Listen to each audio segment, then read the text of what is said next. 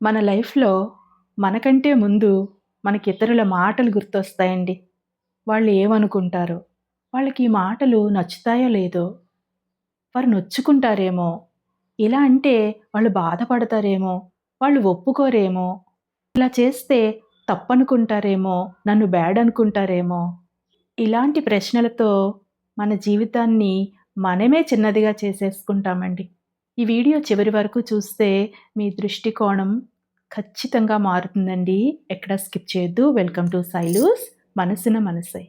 మనలో చాలామంది ఏ పని చేయాల్సి వచ్చినా, ఏ మాట మాట్లాడాల్సి వచ్చినా, వారు బాధపడతారేమో అని కాదండి. ఇతరులు ఏమనుకుంటారో, ఇతరులు ఏ విధంగా ఆలోచిస్తారో, వాళ్ళకి నచ్చదేమో, ఇలాంటి భయంలోనే బ్రతుకుతామండి. కానీ నిజం ఏంటంటే ఇది మన జీవితం. మనం జీవించాలండి. మన నిర్ణయాలు, మన ఆనందం, మన మనశ్శాంతి ఇవన్నీ మన చేతుల్లోనే ఉండాలి. ఇతరుల అంచనాలను నెరవేర్చటానికే మనం బ్రతికితే మన హృదయం నెమ్మదిగా అలసిపోతుందండి. ఒక్కోసారి మనం బాధపడుతూ ఉన్నా కూడా మన ఈ ఆలోచనలను ఆపలేము. ఈ స్వభావాన్ని ఆపుకోలేం. మనం అసలెందుకు ఇలా ఉన్నామండి? ఎందుకంటే వాళ్ళు ఏమనుకుంటారో అనే భయం. ఎదుటి వారిని బాధ పెట్టకూడదు అనే బాధ్యత.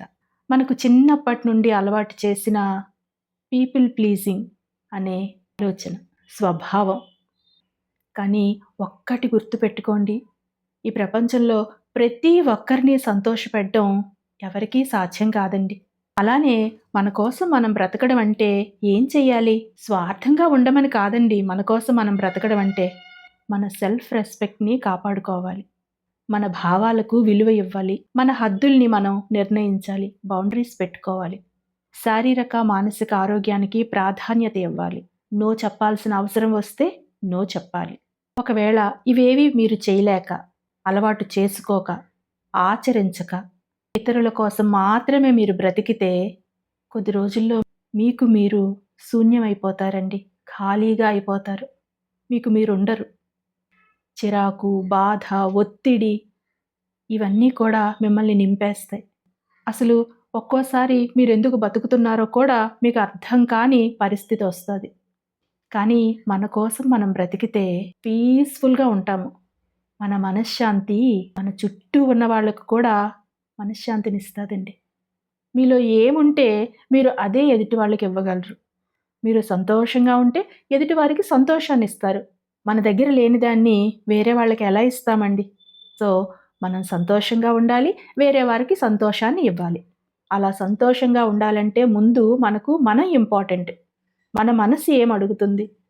పనులన్నీ సర్దుకొని కూర్చున్న తర్వాత మళ్ళీ ఇంట్లో కుటుంబ సభ్యులు వచ్చి ఏదో అడిగితే మీకు చెయ్యాలి అనిపిస్తే అది ఇంపార్టెంట్ అయితే ఖచ్చితంగా చెయ్యండి. బట్ వాళ్ళు మీరు ఇంట్లో ఉంటున్నారు కాబట్టి అడిగితే మీరు టైం చూసుకొని చెయ్యండి. ఇప్పుడు కాదు అని చెప్పండి.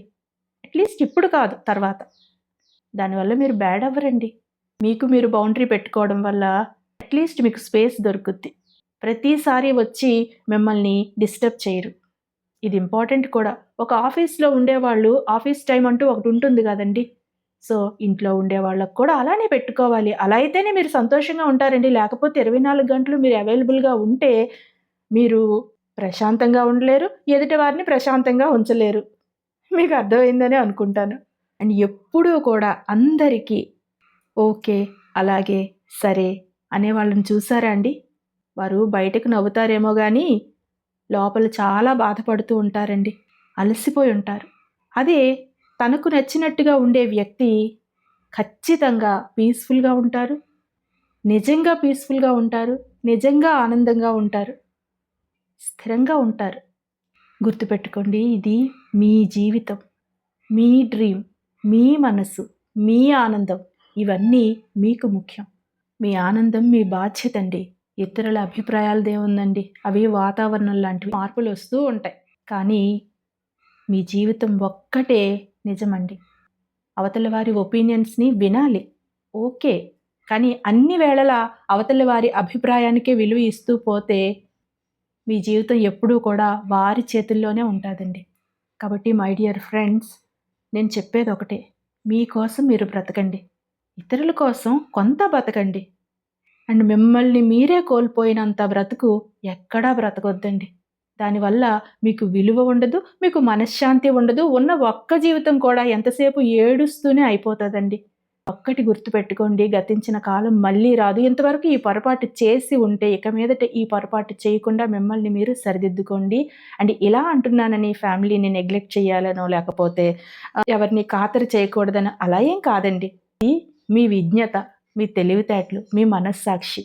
ఇలాంటి మరింకెన్నో మంచి వీడియోస్ కావాలంటే తప్పకుండా లైక్ చేయండి, కామెంట్ చేయండి, షేర్ చేయండి అండ్ సబ్స్క్రైబ్ చేయండి. Thank you for watching. రేపు మరో మంచి వీడియోతో మళ్ళీ కలుస్తానండి.